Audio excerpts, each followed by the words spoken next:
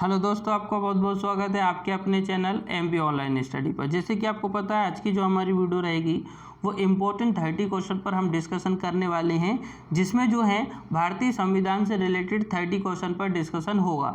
Already मैंने 30 question से related भारतीय संविधान से संबंधित वीडियो अपलोड की हुई है, तो अगर आपने वो वीडियो नहीं देखी है तो प्ले लिस्ट में जाके वो वीडियो आप जरूर देखें।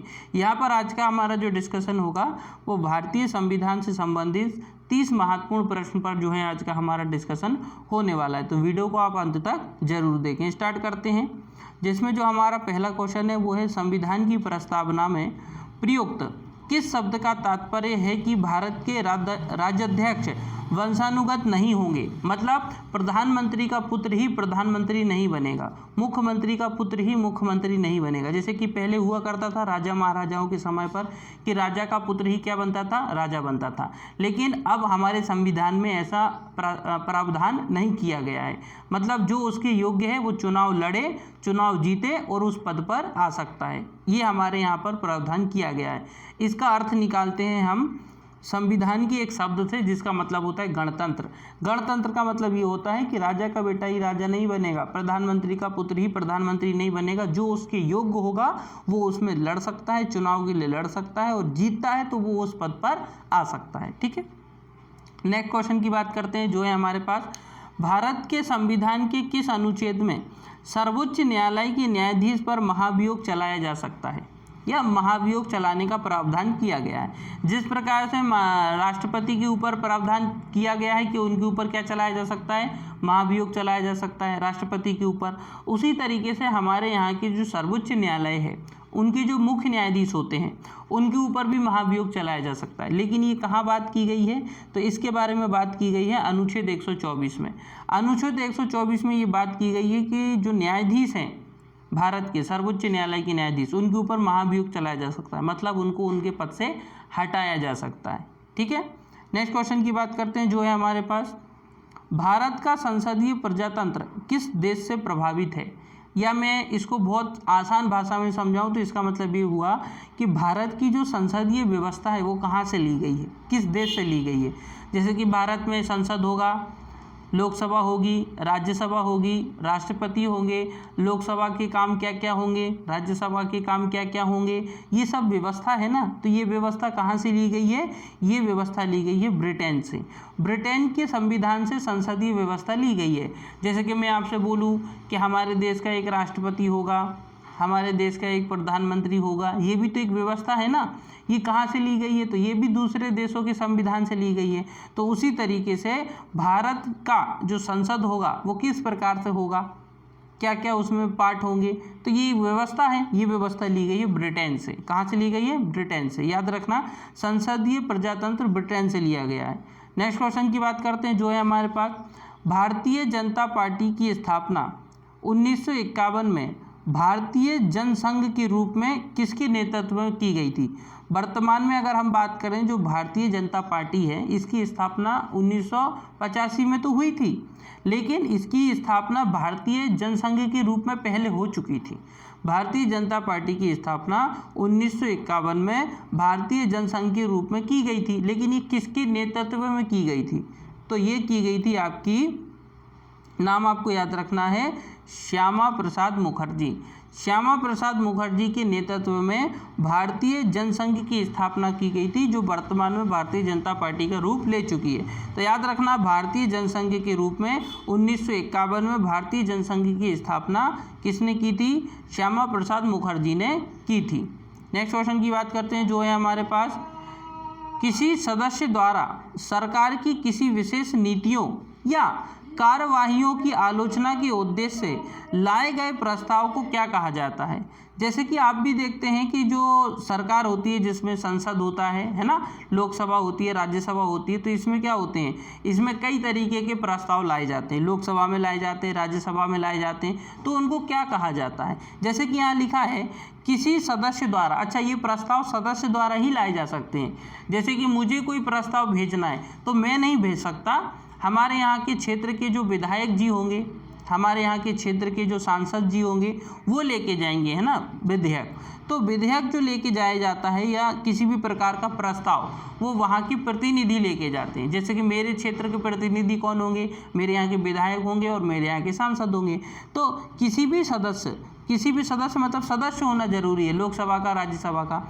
तो किसी सदस्य द्वारा सरकार की विशेष नीतियों और कार्यवाहियों की निंदा करना, निंदा मतलब आलोचना करना, ठीक है, सरकार की किसी भी नीतियों या कार्यवाहियों की आलोचना के उद्देश्य से लाए गए प्रस्ताव को क्या कहा जाता है, तो उसको कहा जाता है निंदा प्रस्ताव।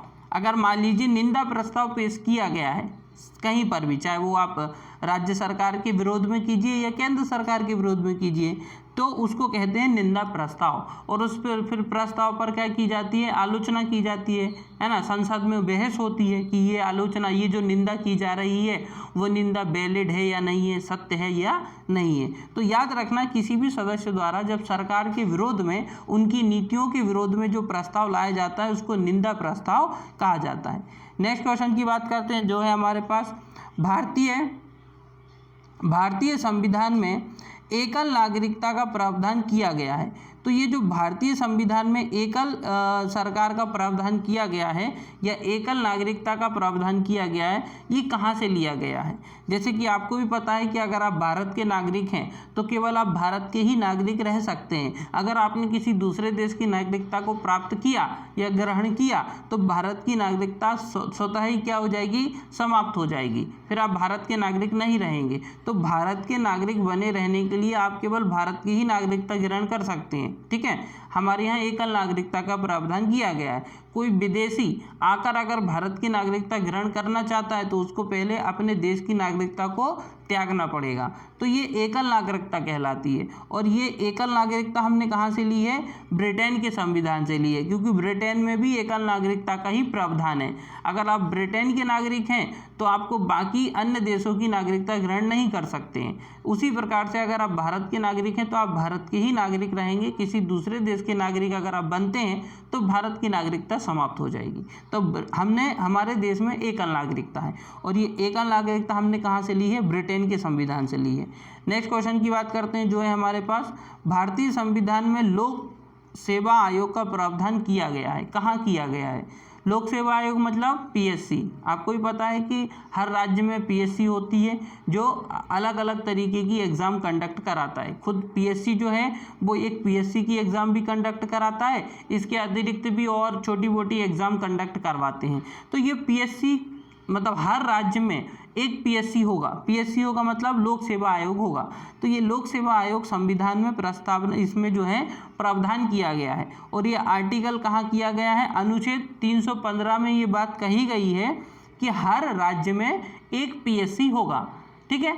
जैसे कि एमपी की बात करें तो एमपी में एमपी पीएससी है, यूपी की बात करें तो यूपीएससी होगा, राजस्थान की बात करें तो आरपीएससी होगा। तो ऐसे हर एक राज्य में पीएससी होगा। ये पर्टिकुलर होना चाहिए, संविधान में बात की गई है 315 में, ठीक है, अनुच्छेद 315 में। नेक्स्ट क्वेश्चन की बात करते हैं, जो है हमारे पास किस संवैधानिक संशोधन द्वारा यह तय किया गया था कि राष्ट्रपति मंत्रिपरिषद की राय मानने के लिए बाध्य होगा। ये देखिए यहाँ पर मेन कंडीशन फॉलो होती है। यहाँ पर सीधी सीधी बात कर दी गई है कि जो संवैधानिक संशोधन कर दिया था कि हमारे देश के जो राष्ट्रपति हैं उनको मंत्रिमंडल जो होता है ना, मंत्रिपरिषद की राय मानने के लिए बाध्य कर दिया है। बाध्य कर दिया है मतलब कि अब उनको उनकी राय माननी ही पड़ेगी। ये बाध्य हो चुके हैं, राष्ट्रपति जी बाध्य हो गए हैं मंत्रिपरिषद की बात मानने के लिए। और ये कब किया गया था, ये चेंज किया गया था 42वें संविधान संशोधन द्वारा। इसके पहले ऐसा नहीं था। जैसे कि मान लीजिए मंत्रिपरिषद कोई राय देते हैं, किसको, राष्ट्रपति महोदय जी को, तो राष्ट्रपति महोदय जी को उनकी बात माननी पड़ेगी। ये 42वें संविधान संशोधन में ऐसा कह दिया गया है। तो यहाँ पर आप देखोगे तो राष्ट्रपति की पावर को कम कर दिया कहीं ना कहीं, क्योंकि उनको तो अगर वो कोई चीज़ नहीं मानना चाहते, मंत्रिपरिषद की कोई चीज़ नहीं मानना चाहते, तो मंत्रिपरिषद क्या बताएंगे, उनको बताएंगे जो 42वां संविधान संशोधन हुआ था कि देखिए 42वें संविधान संशोधन में ये संशोधन हो चुका है कि राष्ट्रपति महोदय जी को मंत्रिपरिषद की बात माननी पड़ेगी, उसके लिए वो बाध्य होंगे, ठीक है। हालांकि उसके लिए भी राष्ट्रपति जी के पास पावर होती है, कुछ कुछ पावर होती है जिसमें वो बात नहीं मान सकते, लेकिन वो एक कंडीशन तक नहीं मान सकते, उसके बाद उनको भी बात माननी पड़ेगी। तो याद रखना 42वें संविधान संशोधन द्वारा ये परिवर्तन किया गया था। नेक्स्ट क्वेश्चन की बात करते हैं, जो है हमारे पास जवाहरलाल नेहरू के नेतृत्व में अंतरिम सरकार का गठन कब हुआ था, ये पूछा जाता है ना, कि अंतरिम सरकार का गठन कब हुआ था। तो ये सितंबर 1946 को हुआ था, अंतरिम सरकार का गठन हुआ था।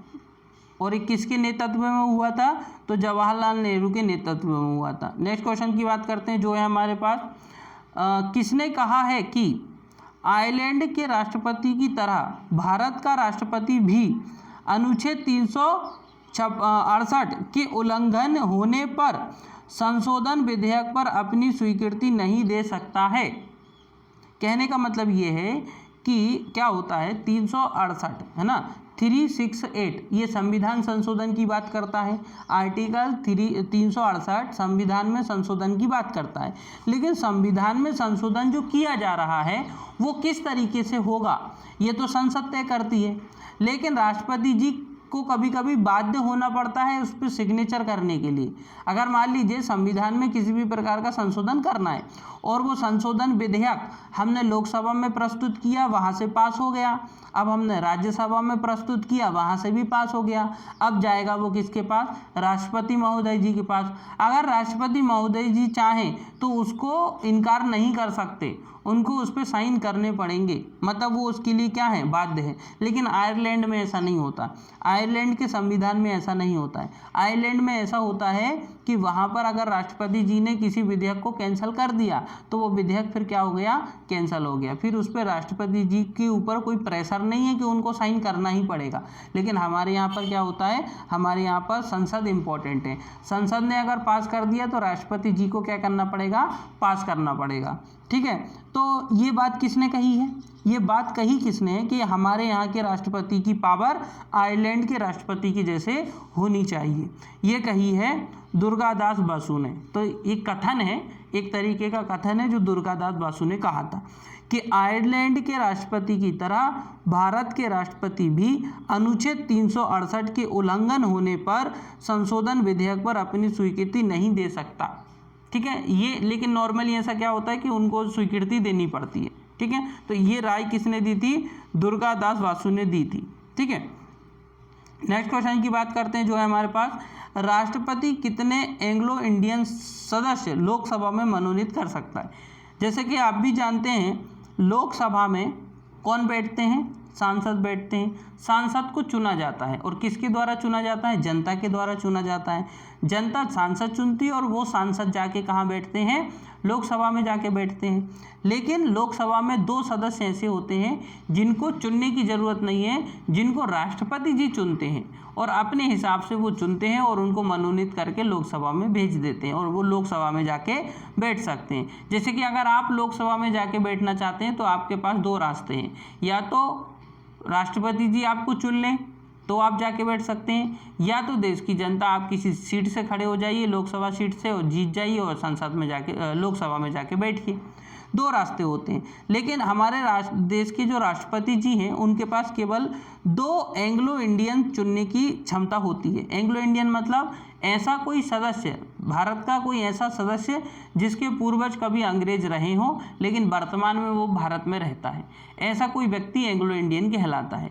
उस एंग्लो इंडियन को राष्ट्रपति जी अपनी इच्छा अनुसार मनोनीत कर सकते हैं, लोकसभा में बैठने की परमिशन दे सकते हैं, और वो एक किस हैसियत से बैठेंगे, वो एक सांसद की हैसियत से ही बैठेंगे। लेकिन उसके लिए तुम्हारे पास कंडीशन क्या है कि वो एंग्लो इंडियन होना चाहिए, और एंग्लो इंडियन होने के साथ साथ राष्ट्रपति जी की नज़र में भी होना चाहिए, तब जाके तो वो मनोनीत करेंगे। तो हमारे यहाँ पर ऐसा प्रावधान किया गया है कि हमारे देश के राष्ट्रपति 2 एंग्लो इंडियन को चुन सकते हैं। कहाँ पर, लोकसभा के लिए। नेक्स्ट क्वेश्चन की बात करते हैं, जो है हमारे पास भारत के किस राष्ट्रपति का चुनाव आम सहमति से हुआ। अभी क्या होता है, हमारे यहाँ के जो राष्ट्रपति जी हैं उनका चुनाव कैसे होता है, वोटिंग होती है। हमारे यहाँ के जो लोकसभा, राज्यसभा, विधानसभा, ये जो इनके जो सदस्य होते हैं ना, ये चुनते हैं राष्ट्रपति को। लेकिन भारत में ऐसा भी हुआ है कि नॉर्मली वोटिंग हुई थी, आपसी सहमति हुई और देश के और क्या बना दिया गया, राष्ट्रपति बना दिया गया। तो ऐसा कौन से व्यक्ति थे, तो वो थे नीलम संजीव रेड्डी। नीलम संजीव रेड्डी ऐसे व्यक्ति हैं जिनको नॉर्मल वोटिंग हुई थी, आपसी सहमति हुई और आपसी सहमति से इनको देश का राष्ट्रपति बना दिया गया था। ठीक है, तो याद रखना नीलम संजय रेड्डी को आपसी सहमति से देश का राष्ट्रपति बनाया गया था। नेक्स्ट क्वेश्चन की बात करते हैं जो है हमारे पास, संविधान के अंतर्गत मूल अधिकारों को लागू करवाने की जिम्मेदारी किसकी है। मूल अधिकार आपको पता होने चाहिए। मूल अधिकार मतलब आपके पास रहने का अधिकार, बोलने का अधिकार, धार्मिक स्वतंत्रता, शिक्षा का अधिकार, संस्कृति का अधिकार, है ना, संवैधानिक उपचारों का अधिकार, ये आपको अधिकार दिए गए हैं कुछ, तो ये अधिकार आपको मिलेंगे। तो इसके लिए आपके सामने आके कौन खड़ा है, आपके सामने आके खड़े हैं सर्वोच्च न्यायालय तथा उच्च न्यायालय। अगर आपके अधिकारों को कोई छीनता है तो आप कहाँ जा सकते हैं, सर्वोच्च न्यायालय जा सकते हैं, आप उच्च न्यायालय जा सकते हैं और वहाँ पर अपील कर सकते हैं कि आपके अधिकारों को छीना जा रहा है। ठीक है, तो याद रखना आपके अधिकारों तक पहुँचाने की, आपके जो अधिकार हैं वो आप तक पहुँचाने का जिम्मेदारी किसकी है, सर्वोच्च न्यायालय की है और उच्च न्यायालय की है। तो संविधान के अंतर्गत मूल अधिकारों को लागू करना कि मूल अधिकार सबको मिलने चाहिए, लागू करने की जिम्मेदारी किसकी है, सर्वोच्च न्यायालय की है और उच्च न्यायालय की है। नेक्स्ट क्वेश्चन की बात करते हैं जो है हमारे पास, मूल अधिकारों के उल्लंघन की स्थिति में किस अनुच्छेद के अंतर्गत व्यक्ति सीधे सर्वोच्च न्यायालय में आवेदन कर सकता है। देखिए संविधान में बहुत अच्छा प्रावधान किया गया है जिसको अंबेडकर जी ने संविधान की आत्मा कहा है। भीमराव अंबेडकर जी ने उसको संविधान की आत्मा कहा है ना, कि संविधान का सबसे इम्पोर्टेंट पार्ट हम किसको कह सकते हैं, तो हम संविधान की आत्मा को कह सकते हैं। और संविधान की आत्मा किसे कहा गया है, तो वो आर्टिकल 32 को कहा गया है। किसको कहा गया है, अनुच्छेद 32 को कहा गया है। क्यों कहा गया है, अनुच्छेद 32 आपको ये परमिशन देता है कि अगर आपके कोई अधिकारों को छीनता है तो डायरेक्टली आप जाके सर्वोच्च न्यायालय में आवेदन कर सकते हैं। नॉर्मली नहीं कर सकते हैं, उसकी अलग प्रोसेस होती है, लेकिन अगर आपके अधिकारों को छीना जा रहा है और ऐसे अधिकारों को छीना जा रहा है जो संविधान ने आपको दिए हैं, तो आप उसका विरोध कर सकते हैं और विरोध के तौर पे आप सर्वोच्च न्यायालय जा सकते हैं और डायरेक्टली आवेदन कर सकते हैं। तो अगर आपके मूल अधिकारों का उल्लंघन होता है, ऐसी स्थिति में किस अनुच्छेद के अंतर्गत वो व्यक्ति सीधे सर्वोच्च न्यायालय में आवेदन कर सकता है, तो वो कर सकता है अनुच्छेद 32 के तहत। ठीक है, संवैधानिक उपचारों का अधिकार, संवैधानिक उपचारों का अधिकार, इसको अंबेडकर जी ने संविधान की आत्मा कहा है, अनुच्छेद 32 याद रखना। नेक्स्ट क्वेश्चन की बात करते हैं जो है हमारे पास, राज्य के नीति निर्देशक सिद्धांतों के अंतर्गत किस आयु तक के बच्चों के लिए सरकार का निःशुल्क और अनिवार्य शिक्षा दिलाने का दायित्व है। कहने का मतलब ये है कि जो राज्य के नीति निर्देशक सिद्धांत है, मतलब राज्य जो है ना, हमारी राज्य सरकार जो होती है ना, उनके भी कुछ कर्तव्य बनते हैं। संविधान में सबके लिए प्रावधान किया गया है कि आपका ये कर्तव्य है। हमारे देश के प्रधानमंत्री के भी कुछ कर्तव्य बनते हैं, हमारे देश के मुख्यमंत्री के भी कुछ कर्तव्य बनते हैं, हमारे देश के राष्ट्रपति जी के भी कुछ कर्तव्य बनते हैं। हर एक जिसकी बात संविधान में की गई है, संविधान में उनकी बात भी की गई है और उनको क्या काम करना है ये भी बताया गया है। तो उसी तरीके से जो हमारी राज्य सरकार है उनके कुछ कर्तव्य बनते हैं।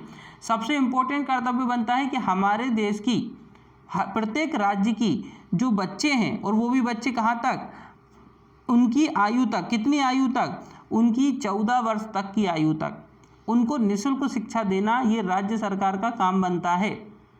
ये अधिकार है, ये हम कह सकते हैं ये हमारा अधिकार है और राज्य सरकार का कर्तव्य बनता है कि आप 14 साल तक के बच्चों के लिए निःशुल्क और अनिवार्य शिक्षा दें। आप देखेंगे तो नॉर्मली सरकारी स्कूल में 14 तक के बच्चों के लिए कोई फीस नहीं लगती, क्योंकि 14 साल तक निःशुल्क आपको एजुकेशन मिलेगा। और ये लिमिट कहाँ तक रखी गई है, 14 वर्ष की आयु तक रखी गई है। राज्य सरकार का ये कर्तव्य है कि 14 साल तक के बच्चों के लिए निःशुल्क और अनिवार्य शिक्षा दे। नेक्स्ट क्वेश्चन की बात करते हैं जो है हमारे पास, भारत के वह राष्ट्रपति जो पूर्व में लोकसभा के अध्यक्ष भी रह चुके हैं। आपको ऐसे राष्ट्रपति जी का नाम बताना है जो पहले लोकसभा के अध्यक्ष भी रहे हैं। ठीक है, तो वो कौन थे आपके, वो थे आपके नीलम संजय रेड्डी। नीलम संजय रेड्डी की अगर हम बात करें तो ये हमारे देश के राष्ट्रपति भी रहे हैं और देश के राष्ट्रपति रहने के पहले ये लोकसभा के अध्यक्ष भी रहे हैं। कौन? नीलम संजय रेड्डी। नेक्स्ट क्वेश्चन की बात करते हैं जो है हमारे पास, धन विधेयक को संसद के किस सदन में प्रस्तुत किया जा सकता है? संसद के लोकसभा होती है, राज्यसभा होती है और राष्ट्रपति जी होते हैं।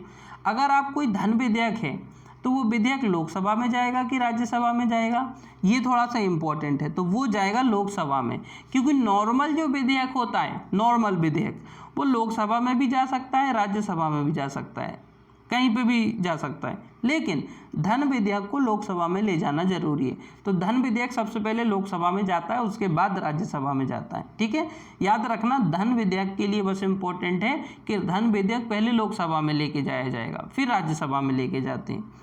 तो धन विधेयक को लोकसभा में ले जाया जाता है। नेक्स्ट क्वेश्चन की बात करते हैं जो है हमारे पास, संसद के प्रत्येक सदन की बैठक की कार्यसूची में पहला विषय कौन सा होता है?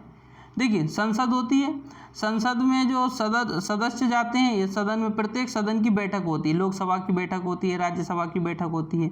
तो जब ये बैठक बुलाई जाती है तो उसमें बहुत सारी सूची होती है कि भाई किस किस मुद्दे पर बात की जाएगी।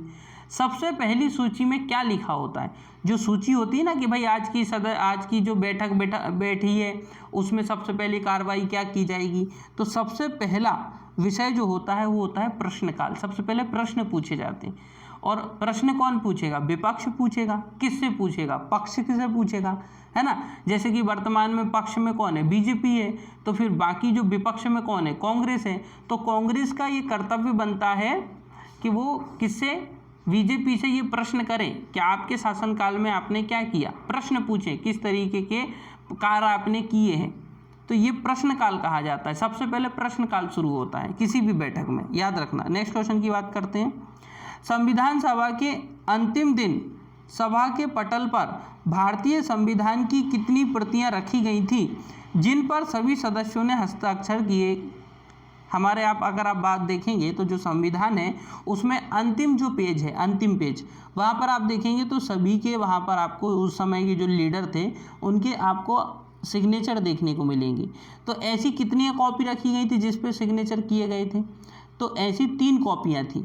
संविधान सभा की जो अंतिम बैठक हुई थी उसमें संविधान सभा का जो पटल है, पटल मतलब जो उस समय संविधान के अध्यक्ष हुआ करते थे, उनका जो पटल हुआ करता था उस पर 3 कॉपी रखी थी संविधान की, और वहाँ पे तीनों कॉपी पर साइन किए गए थे। तो प्रश्न पूछा जाता है कि संविधान की कितनी कॉपियाँ रखी गई थी जिन पर सभी लोगों ने उस समय जो सदस्य हुआ करते थे संविधान सभा के, उन्होंने हस्ताक्षर किए थे।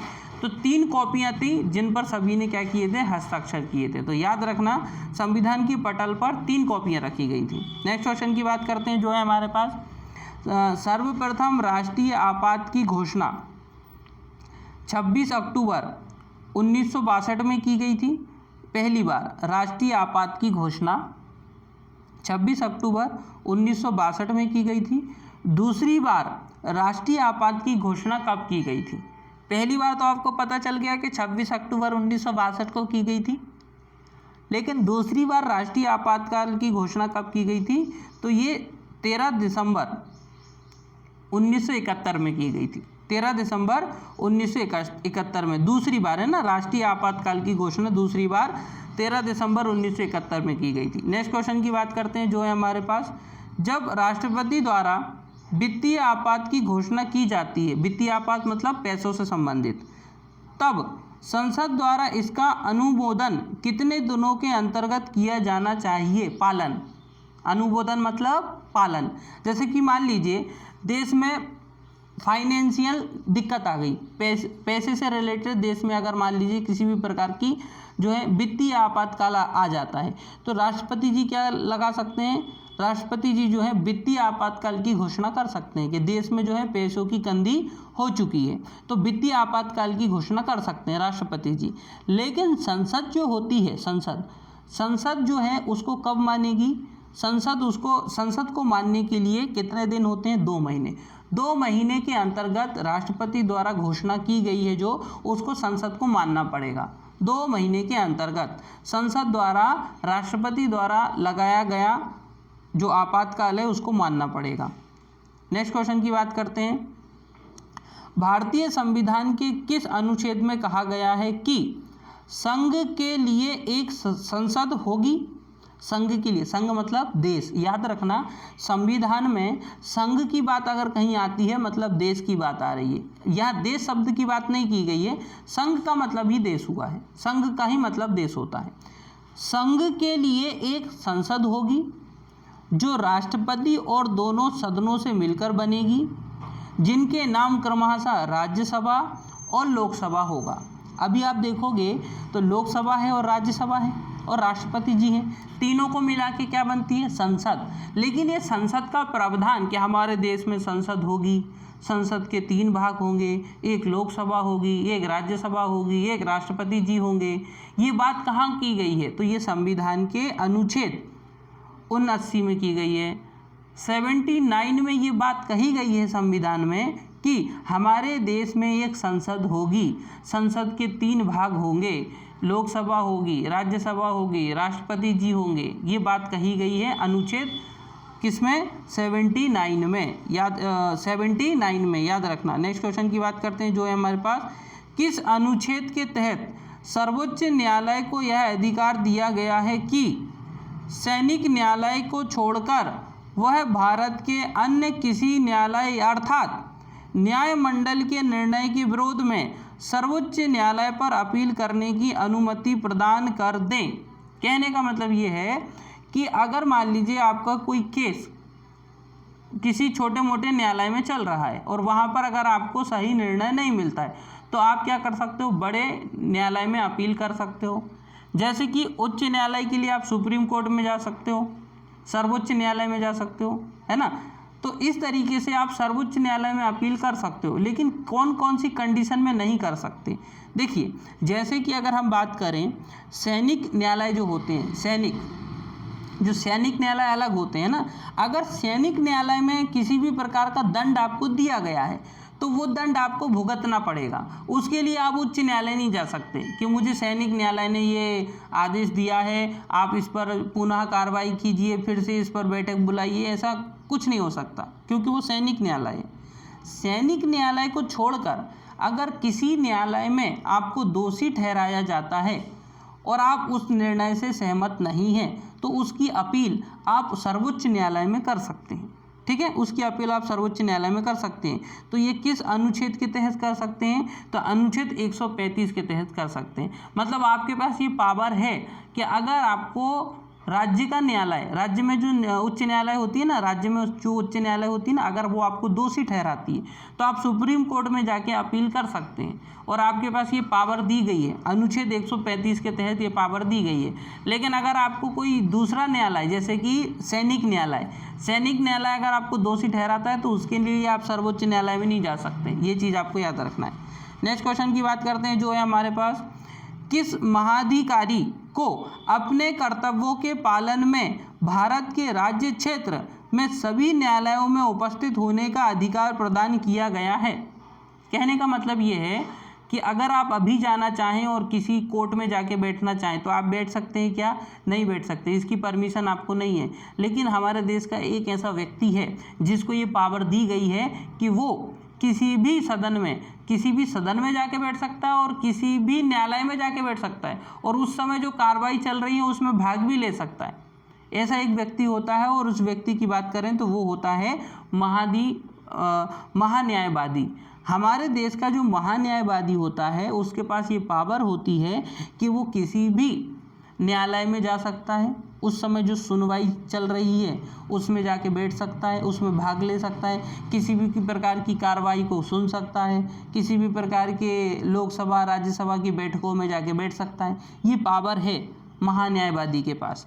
लेकिन वो पर्सनली नहीं जा सकते, वो किसी उद्देश्य से जाएंगे, किसी भी प्रकार के केस से रिलेटेड, अगर उनके पास कोई केस आया है उससे रिलेटेड उनको किसी सुप्रीम कोर्ट, उच्च न्यायालय, कहीं पर भी अगर उनको जाना है और वहाँ पर जो बैठक बैठी है उसमें बैठना है तो वो जाके बैठ सकते हैं। ठीक है, इतनी पावर होती है महान्यायवादी के पास।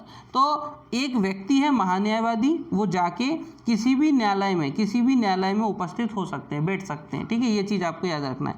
नेक्स्ट क्वेश्चन की बात कर सकते हैं। संविधान का प्रारूप करने के लिए, प्रारूप तैयार करने के लिए संविधान सभा द्वारा प्रारूप समिति का गठन कब किया गया था? देखिए, प्रारूप समिति बनाई गई थी जिसके कितने सदस्य थे? 7 सदस्य थे। और उनके अध्यक्ष किसको बनाया गया था? डॉक्टर भीमराव अंबेडकर जी को बनाया गया था। तो अगर हम बात करें संविधान की, तो संविधान सभा बनाई गई थी। संविधान सभा की जो 7 सदस्य बनाए गए थे और उसके अध्यक्ष डॉक्टर भीमराव अंबेडकर जी को बनाया गया था। लेकिन संविधान सभा का जो प्रारूप बनाया गया था वो कब बनाया गया था? यहाँ डेट पूछी जा रही है। तो 29 अगस्त 1947 को बनाया गया था। कब बनाया गया था? 29 अगस्त 1947 को संविधान सभा का प्रारूप बनाया गया था और प्रारूप समिति के अध्यक्ष डॉक्टर भीमराव अंबेडकर जी को बनाया गया था।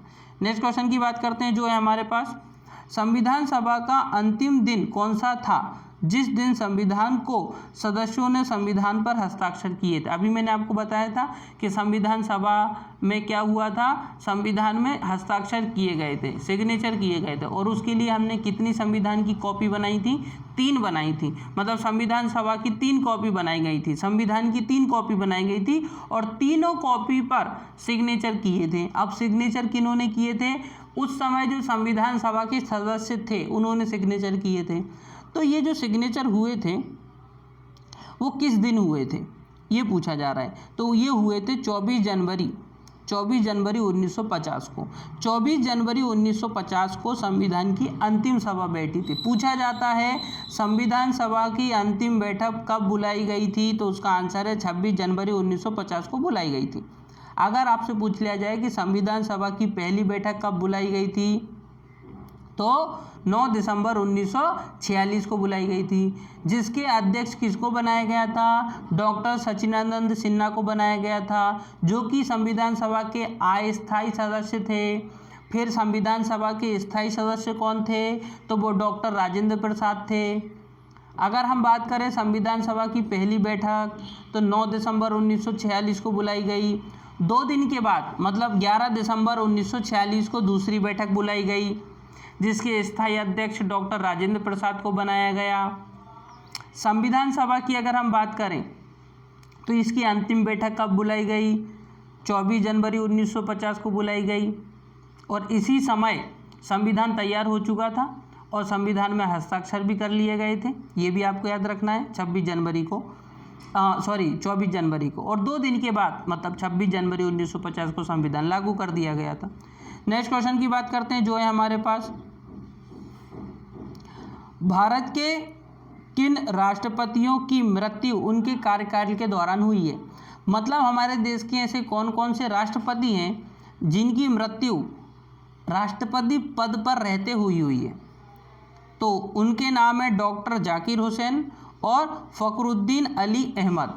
डॉक्टर जाकिर हुसैन और फखरुद्दीन अली अहमद, ये 2 ऐसे हमारे देश के राष्ट्रपति रहे हैं जिनकी मृत्यु उनके कार्यकाल में ही हो चुकी थी।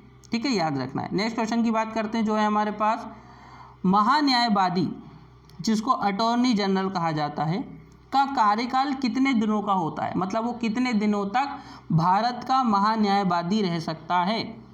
ये डिपेंड होता है राष्ट्रपति जी के ऊपर। राष्ट्रपति जी चाहें तो इनका कार्यकाल 5 वर्ष कर दें, 4 वर्ष कर दें, 3 वर्ष कर दें।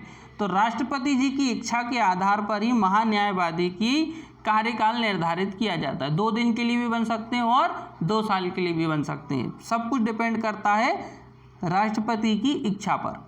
नेक्स्ट क्वेश्चन की बात करते हैं जो है हमारे पास, सर्वोच्च एवं उच्च न्यायालय के न्यायाधीश को सिद्ध कदाचार या असमर्थता के आधार पर हटाने का प्रावधान या प्रस्ताव कहाँ पेश किया जाता है?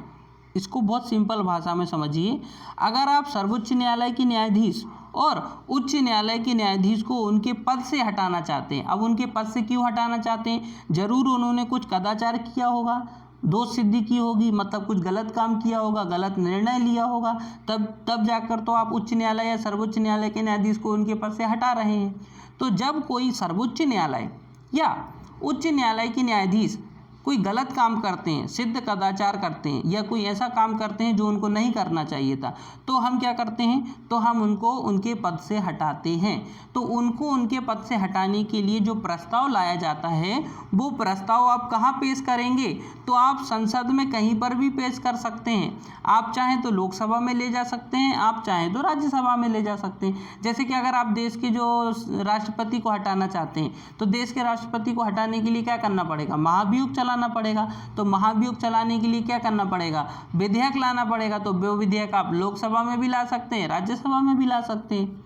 उसी तरीके से अगर आप सर्वोच्च न्यायालय के न्यायाधीश को हटाना चाहते हैं, उच्च न्यायालय के न्यायाधीश को हटाना चाहते हैं, तो उसके लिए एक प्रस्ताव लाइए। वो प्रस्ताव आप कहीं पर भी पेश कर सकते हैं, लोकसभा में भी पेश कर सकते हैं, राज्यसभा में भी पेश कर सकते हैं। वहाँ से अगर वो पास हो जाता है तो वो सर्वोच्च न्यायालय के न्यायाधीश उनके पद से हट जाएंगे। नेक्स्ट क्वेश्चन की बात करते हैं जो है हमारे पास, उस वित्त मंत्री का नाम बताइए जिसने सन 1952 में भारत का पहला आम बजट प्रस्तुत किया था। उस वित्त मंत्री का नाम बताइए जिन्होंने 1952 में भारत का पहला आम बजट प्रस्तुत किया था। तो वो हैं आपके पी.के.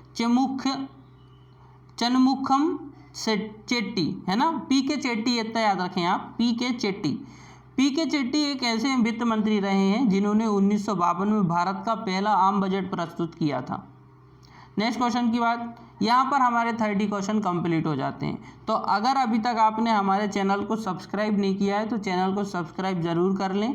वीडियो को लाइक नहीं किया है तो वीडियो को लाइक ज़रूर कर दें, वीडियो को शेयर भी ज़रूर करें। और अगर आप इस वीडियो की PDF प्राप्त करना चाहते हैं तो PDF प्राप्त करने के लिए आप हमारे टेलीग्राम ग्रुप के साथ ज़रूर जुड़ें, जिसकी लिंक आपको इस वीडियो के डिस्क्रिप्शन में मिल जाएगी। वहाँ से आप डायरेक्टली हमारे टेलीग्राम ग्रुप को ज्वाइन कर सकते हैं। तो आज की वीडियो यहीं समाप्त करते हैं। वीडियो पसंद आए तो वीडियो को लाइक ज़रूर करें। ओके दोस्तों, thank you, thanks for watching.